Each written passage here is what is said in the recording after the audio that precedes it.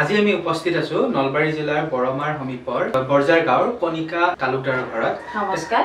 তেখেতে ভাৰ্মিকম্পোজৰ জৰিয়তে নিজক স্বাৱলম্বী কৰি এই অঞ্চলটোৰ এটা আদৰ্শ হিচাপে থিয় হৈ আছে আৰু ভাৰ্মিকম্পোষ্ট তথা কেঁচুসাৰৰ জৰিয়তে তেখেতে নিজৰ পৰিয়ালটোক পোহপাল দিয়াৰ লগতে নিবনুৱাসকলক সংস্থাপন দেখুওৱাৰো চেষ্টা অব্যাহত ৰাখিছে।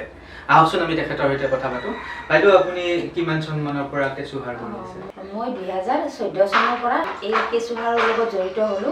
প্ৰথম তাৰমানে মোৰ এটা গোট আছিলে, গোটটো সোণালী আত্মসহায়ক গোট। এই সোণালী আত্মসহায়ক গোটটোতে ইয়াৰ পৰা এটা প্ৰশিক্ষণৰ কাৰণে নিমন্ত্ৰণ জনালে। আমি কৃষি বিজ্ঞান কেন্দ্ৰত নলবাৰী কৃষি বিজ্ঞান কেন্দ্ৰত আমি গ'লো। তাতে মই প্ৰশিক্ষণটো ল'লো। নলবাৰী কৃষি বিজ্ঞান কেন্দ্ৰত ধৰা কেইবাটাও বিষয়ত মই শিকালে। 5 দিনীয়া প্ৰশিক্ষণ আছিল। সেই 5 দিনত আমাক কেইবাটাও বিষয় শিকালে। ধৰা মাছ পালন, কৃষি বিজ্ঞান কেন্দ্ৰতে মাছ পালন, গাহৰি পালন, হাঁহ চৰাই, হাঁহ কুকুৰা পালন, আচাৰ বনোৱা, এনেকে বিভিন্ন বিষয়। তাৰ মাজত মই কেঁচুসাৰটো নিৰ্বাচন কৰিলো। কি হ'ল, প্ৰথম কথা হ'ল মোৰ হাজবেণ্ড ঢুকালে 2008। যেতিয়া হাজবেণ্ড ঢুকালে স্বামীৰ ঘৰৰ পৰা মই মাৰ ঘৰত আহিলো। মোৰ মূলধনৰ পৰিমাণ একেবাৰে কম আছিল। তেতিয়া আপোনাৰ মানে জীৱনৰ এটা সংগ্ৰাম আৰম্ভ হ'ল। তেতিয়া মই মাৰ বা দেউতাৰ পৰা পইচা হেল্প ল'ব বিচৰা নাছিলোঁ। এনেকুৱা হ'ল। তাৰ পাছত মই ফাৰ্ষ্ট যেতিয়া আৰম্ভ কৰিলোঁ 500 টকাৰে আৰম্ভণি কৰিলোঁ আৰু তাৰে পিছতে মই প্ৰডাকশ্যনখিনি লাহে লাহে বঢ়াই আছোঁ। তাৰমানে আপুনি ক'ব বিচাৰিছে যে আপোনাৰ যেতিয়া সংকট আহিলে, জীৱনত এটা সংগ্ৰাম আৰম্ভ হ'ল, তেতিয়া আপুনি স্বাৱলম্বী হোৱাৰ কাৰণে আপুনি সাহসেৰে খুব কম ধনেৰে হ'লেও কেঁচুসাৰৰ মানে ইণ্ডাষ্ট্ৰী এটা গঢ় দিবলৈ আপুনি আৰু নেক্সট কথা হ'ল কেঁচুসাৰখিনি মই কিয় বাছি ল'লোঁ, সেইটো এটা কথা কি মানুহখিনিয়ে ধৰক ৰাসায়নিক সাৰে আমাৰ শৰীৰত যথেষ্ট বেমাৰ আজাৰৰ সৃষ্টি কৰিছে। মই নিজেই কেঁচুসাৰখিনি বনাই যদি নিজেও ব্যৱহাৰ কৰোঁ আৰু আনকো দিব পাৰোঁ, তেতিয়া মোৰ লগতে সমাজৰো কিছু উপকাৰ হ'ব বুলি মই ভাবিছোঁ।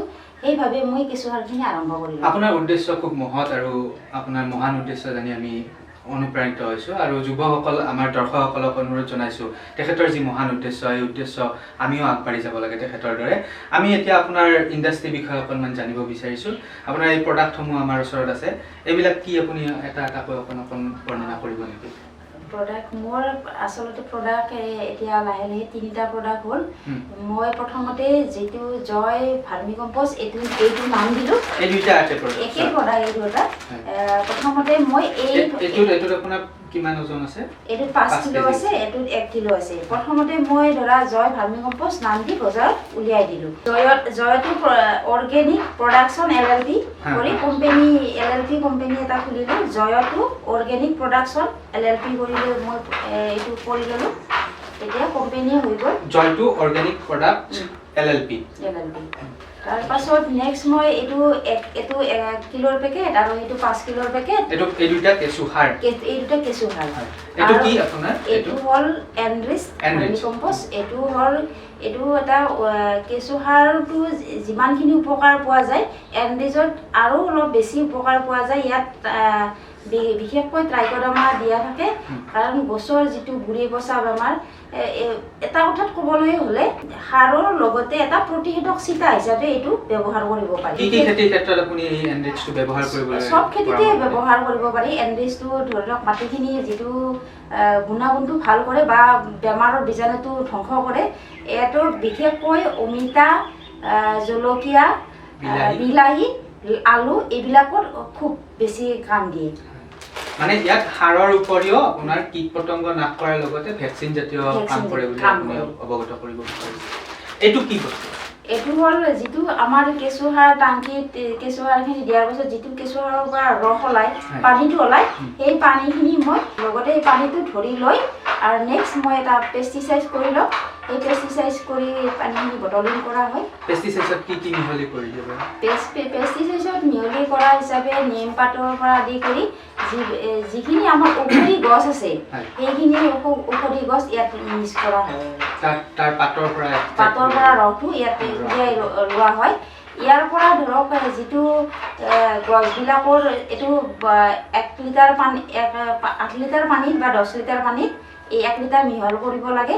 ইয়াতে তাৰমানে কি হয়, যিটো গছৰ পোক পৰুৱা বেমাৰ আজাৰ এইটো স্প্ৰে কৰিলে কি হয় নোহোৱা হয় আৰু লগতে ইয়াত সাৰৰ গুণাগুণটো পোৱা যায়। সাৰৰ গুণাগুণ পোৱা যায়। সাৰৰ গুণাগুণটো পোৱা যায়। এইটো কেনেকৈ স্প্ৰে কৰা হয়? পাতত নে গুৰিত নে গছৰ পাতত স্প্ৰে কৰা? পাতত স্প্ৰে কৰা। ধন্যবাদ। আপুনি এই প্ৰডাক্টসমূহ কেনেকৈ উৎপাদন কৰে তাৰ বিষয়ে আমি সবিশেষ জানিবলৈ আপোনাৰ ইণ্ডাষ্ট্ৰিলৈ যাব বিচাৰিছোঁ। আহকচোন দৰ্শকসকল, আমি এখেতৰ ইণ্ডাষ্ট্ৰিটো কেনেকৈনো সজাইছে আমি চাই লওঁ। এইখিনি কি কৰি আছিলে? এইটো আমাৰ ওলোৱা ৰেডি হৈ যোৱা ভাৰ্মিকম্পষ্টখিনি আমি চালনীৰে ফাৰ্ষ্ট ল'ব লাগে, তাৰপিছত কেঁচুটো ইয়াৰ পৰা বাছি উলিয়াব লাগে বা নতুবা এই কেঁচুটো অলপ কেঁচা গোবৰ দি থৈ কেঁচুটো এক ঠাইত উলিয়াই ল'ব পাৰি। আগতে চালনীৰে এইখিনি আপোনাৰ তাৰ পৰা উৎপাদন হোৱা কেঁচু সাৰ আৰু তেখেতে এইখিনি চালনীৰে চালি আৰু এইবিলাক কি আছে? এইবিলাক সেইটো সাৰে, কিন্তু এইটো চালনি কৰা নাই, চালনি নকৰা সাৰ। ইয়াৰ পৰা কেঁচুখিনি কলৈকে গ'ল? ইয়াৰ পৰা এই কেঁচুটো ইয়াতে আছে, ইয়াৰ পৰা উলিয়াই ল'ব লাগিব। এনেকৈ পিচি দি ৰাখোঁতে কেঁচুবিলাক তলত সোমাই যাব, আধা দি সোমাই গৈছে, তলত আছে বেছি তলত সোমাই যায়। এই তাতে সোমাই আছে, তাৰমানে ওপৰত ৰ'দটো পৰিল না, কৰাৰ লগে লগে তলত গুচি গৈছে, সেইকাৰণে কেঁচুটো এতিয়া অহা নাই। দৰ্শকসকল, বাইদেউৰ এয়া ভাৰ্মিকম্পষ্টৰ ইণ্ডাষ্ট্ৰি। ইয়াত আপোনালোকে চাওক, কৃষি বিজ্ঞান কেন্দ্ৰৰ জৰিয়তে তেওঁলোকক প্ৰমোট কৰি থকা হৈছে আৰু অসম এগ্ৰিকালচাৰ ইউনিভাৰ্চিটিয়ে তেখেতক প্ৰমোট কৰি আছে।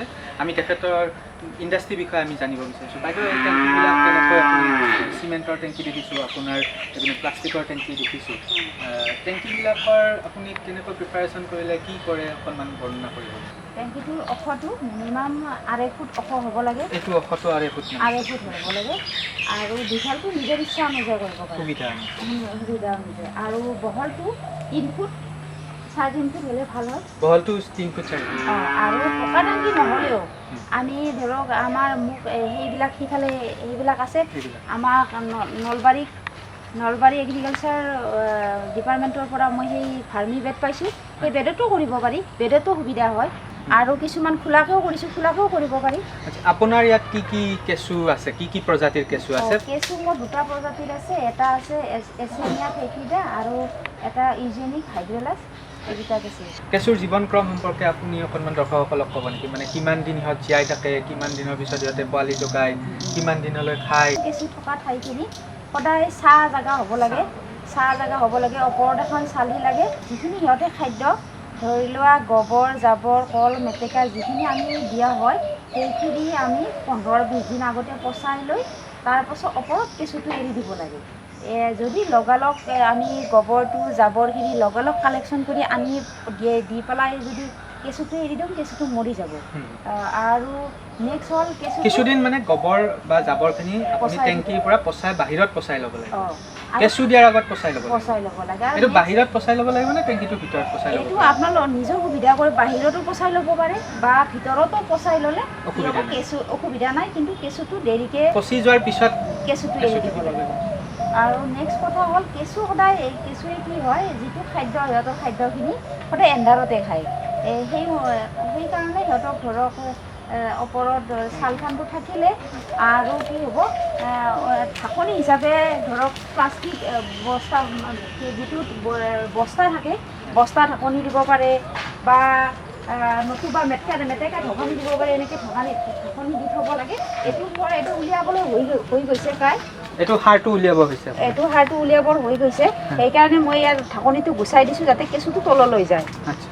কেঁচু ওপৰৰ পৰা গুচাই দিয়াৰ পিছত তলত কেঁচুখিনি হৈ যায়। কেঁচুটো এতিয়া মই লাহে লাহে এইটো সাৰটো উলিয়াই আনিম আৰু কেঁচুটো তললৈ গৈ থাকিব। আপুনি সাৰটো উলিয়াই আনোতে কেঁচুবিলাক গুচি নাহেনে? আহিব। সেইবিলাক কেনেকৈ আঁতৰাব? সেইটো আঁতৰাব লাগিব, 2টা পদ্ধতিৰে আঁতৰাব পাৰি। ধৰি লোৱা, এটা পদ্ধতি হ'ল কি, অলপ যদি কেঁচা বা মৰা গোবৰ অলপ ওচৰত থৈ দিয়ে, সেইখিনি যেতিয়া সাৰটো হৈ যোৱা, খোৱা গোবৰ এইখিনি কম্প'ষ্ট হৈ যোৱাখিনি নাথাকে, যাতে কেঁচা গোবৰখিনি গুচি যাব। সেইটো বাহিৰত কৰে নে ভিতৰত? সেইটো বাহিৰত কৰিব লাগে। ইয়াৰ পৰা উলিয়াই নিয়াৰ পিছত কৰিব লাগে।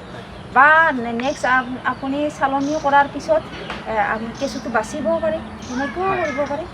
আপুনি এইবিলাক কি যতন, এইবিলাক আপুনি কি? এইটো আমাৰ এই টাংকিটোৰ পৰা, টাংকিটো সদায় এঢলীয়া কৰি লৈছোঁ। এই পানীখিনি যাতে এই টাংকিখিনিৰ পানীখিনি যাতে আহি ইয়াতে পৰে, এইটো টাংকিৰো ইয়াতে পৰে, এনেকৈ ৰাখি এই পানীটো মই কালেক্ট কৰি লওঁ।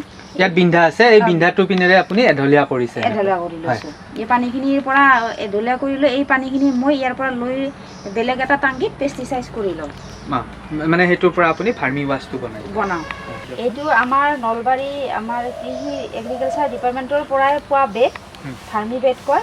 এই বেডটো ধৰি লোৱা এই জাবৰ গোবৰখিনি 15 দিন 20 দিন আগতে পচাই লৈছোঁ, পচাই লৈ ওপৰত কেঁচুটো এৰি দিছোঁ। কিমান গোবৰ দিব লাগে, কিমান জাবৰ দিব লাগে? জাবৰৰ পৰিমাণ 20% জাবৰ দিব লাগে, তেতিয়াহে সাৰটো বেছি উৎকৃষ্ট মানদণ্ড হয়।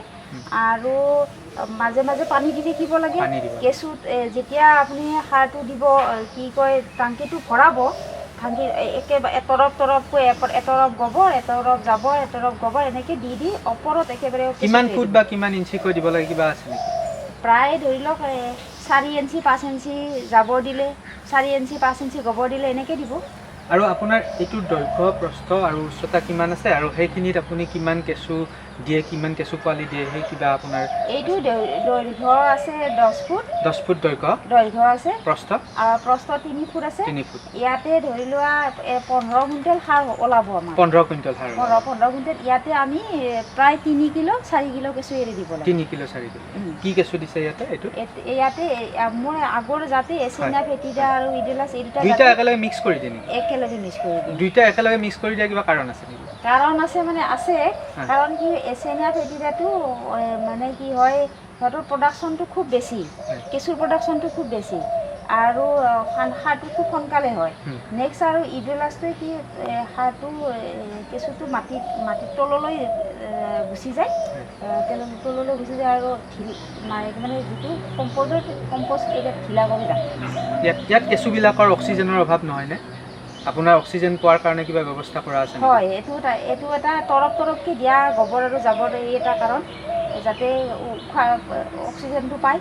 কেতিয়াবা ধৰি লোৱা এটা কাম কৰিব পাৰি, মাজত খুটি দিলেও ভাল হয়, অক্সিজেনটো যোৱা হোৱা কৰে। মই সেইটো নকৰোঁ, মই খালি কি হয় জাবৰ আৰু গোবৰটো তৰফকৈ দিওঁ। গোবৰ আৰু জাবৰত বাহিৰেও অন্য খাদ্য আপুনি যোগান ধৰিব লাগে নেকি? নালাগে। জাবৰ গোবৰ মানে কি বাৰীত যিখিনি পেলনীয়া সামগ্ৰী থাকে, জাবৰ গোবৰ বুলি ক'লে পেলনীয়া ধৰা যিখিনি বাৰীত আমৰ পাত আদি কৰি যিখিনি পেলনীয়া সামগ্ৰী থাকে, জাবৰ জোঁথৰ সেইখিনি চবেই দিব পাৰি।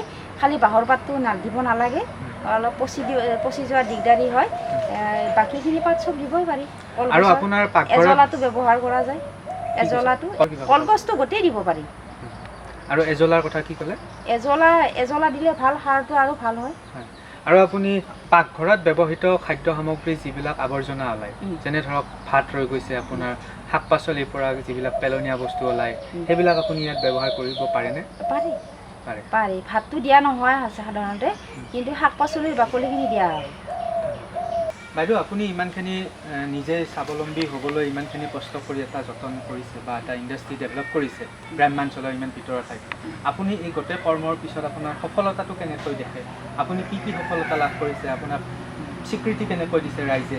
এইখিনি কথা অকণমান দৰ্শকসকলক অৱগত কৰিব। প্ৰথম অৱস্থাত যেতিয়া 2014 আৰম্ভ কৰিছোঁ, তেতিয়া ধৰা সফলতা ঠিক হোৱা নাছিলোঁ। লাহে লাহে ধৰি লোৱা মোৰ মাৰ্কেটটো পালোঁ। এনেকৈ যোৱা বছৰ 2019ত Jorhat agriculture Assam agriculture university Jorhat কৃষি বিশ্ববিদ্যালয়ৰ পৰা নিধাকত মোক এটা দুমহীয়া প্ৰশিক্ষণৰ বাবে চিলেক্ট কৰিছিল। এই দুমহীয়া প্ৰশিক্ষণটোত তাৰমানে আমি এণ্টাৰপ্ৰিনাৰ হিচাপে কেনেকৈ আগবাঢ়ি যাব পাৰোঁ তাৰ বিষয়ে শিকাইছিল। সেই প্ৰশিক্ষণটোৰ পৰা মই যথেষ্টখিনি উপকৃত হৈছোঁ। সংবাদ মাধ্যমেই হওক বা আমাৰ এগ্ৰিকালচাৰ ডিপাৰ্টমেণ্টৰে হওক বা বিভিন্ন মানুহে মোৰ ইয়াত ফাৰ্মত আহি দিয়া মোক পৰামৰ্শ দিয়ে, মোক উৎসাহ দিয়ে, খুব ভাল লাগে। আপোনাৰ বছৰি কেনেকৈ আপোনাৰ ইনকাম হয় ইয়াৰ পৰা? বছৰি ধৰি লোৱা যোৱা বছৰটো 6-7 লাখৰ ওপৰত আছিল। দৰ্শকসকল, এনেকৈ পেলনীয়া সা সামগ্ৰীৰ পৰাই এখেতে এনেকৈ স্বাৱলম্বী হ'বলৈ আগবাঢ়ি বহু শিক্ষিত লোকতকৈও তেখেতে বহু উপাৰ্জন কৰিবলৈ সক্ষম হৈছে। বছৰি 6-7 লাখ টকা পৰ্যন্ত তেখেতে আয় কৰিবলৈ সক্ষম হৈছে বুলি যোৱা বছৰ তেওঁ অৱগত কৰিছে। বাইদেউ, আৰু কি ক'ব? আৰু এইবাৰতো যিখিনি লকডাউন সময়খিনিত যোৱা মাৰ্চ এপ্ৰিলৰ মাহৰ পৰা যিখিনি সময়খিনিত মোৰ কাৰণে মই ভাগ্য বুলিও ক'ব লাগিব। মানুহখিনি ধৰি লোৱা যিখিনি খেতিৰ ক্ষেত্ৰত নিচা দিবলৈ বহুতে টাইমো পালে। টাইম পোৱাৰ পাছত কি হ'ল, মানুহখিনি ভাৰ্মিকম্প'ষ্ট বিচাৰিলে বা কোনোবাই আকৌ কেঁচু বিচাৰিলে। এই লকডাউন সময়খিনিৰ পৰা এতিয়ালৈকে যথেষ্টখিনি মোৰ বিক্ৰী হৈছে। আগতকৈ বহু পৰিমাণে উন্নত। এইবাৰতো প্ৰায় 2-3 মেট্ৰিক টন মোৰ ওপৰত সাৰ উৎপাদন হৈছেও আৰু বিক্ৰীও হৈ আছে। সেই অনুপাতে বিক্ৰীও হৈ আছে। তাৰমানে কি সাৰৰ বিক্ৰী ৰাসায়নিক সাৰটো মানুহে যিটো এটা কিবা আজি অপকাৰ কৰে এইটো গম পাইছে। কেঁচু সাৰৰ প্ৰতি গুৰুত্বটো বাঢ়িছে বা বজাৰত কেঁচু সাৰৰ চাহিদাটো বাঢ়িছে, এইখিনি ভাল লাগে আৰু। ধন্যবাদ বাইদেউ, আপুনি ইমানখিনি সময় দিয়াৰ কাৰণে আপোনাক অশেষ ধন্যবাদ জ্ঞাপন কৰিছোঁ। ভাল লাগিল তোমালোকৰ লগত এইখিনি কথা পাতি। দৰ্শকসকল, এনেকৈ পেলনীয়া সা সামগ্ৰীৰ পৰাও কেনেকৈ আপুনি স্বাৱলম্বী হ'ব পাৰে, তেখেতে জীৱনৰ সংকটময় সময়খিনিত হাত সাৱটি বহি নাথাকি কেনেকৈ স্বাৱলম্বী হৈ সাহসেৰে নিজৰ জীৱনটোক আগুৱাই নিয়াৰ লগতে নিজৰ পৰিয়ালক তেওঁ ভৰণ পোষণ দি সমাজৰ কাৰণে আদৰ্শ হিচাপে থিয় হৈছে, এই অঞ্চলটোত কেনেকৈ আদৰ্শ হিচাপে থিয় দিছে, তাৰ কাৰণে আমি তেখেতক অশেষ ধন্যবাদ জ্ঞাপন কৰিছোঁ। আৰু দৰ্শকসকল, আপোনালোকৰ পৰা তেখেতলৈ আশীৰ্বাদ প্ৰদান কৰাৰ কাৰণে আমি অনুৰোধ জনাইছোঁ। ধন্যবাদ।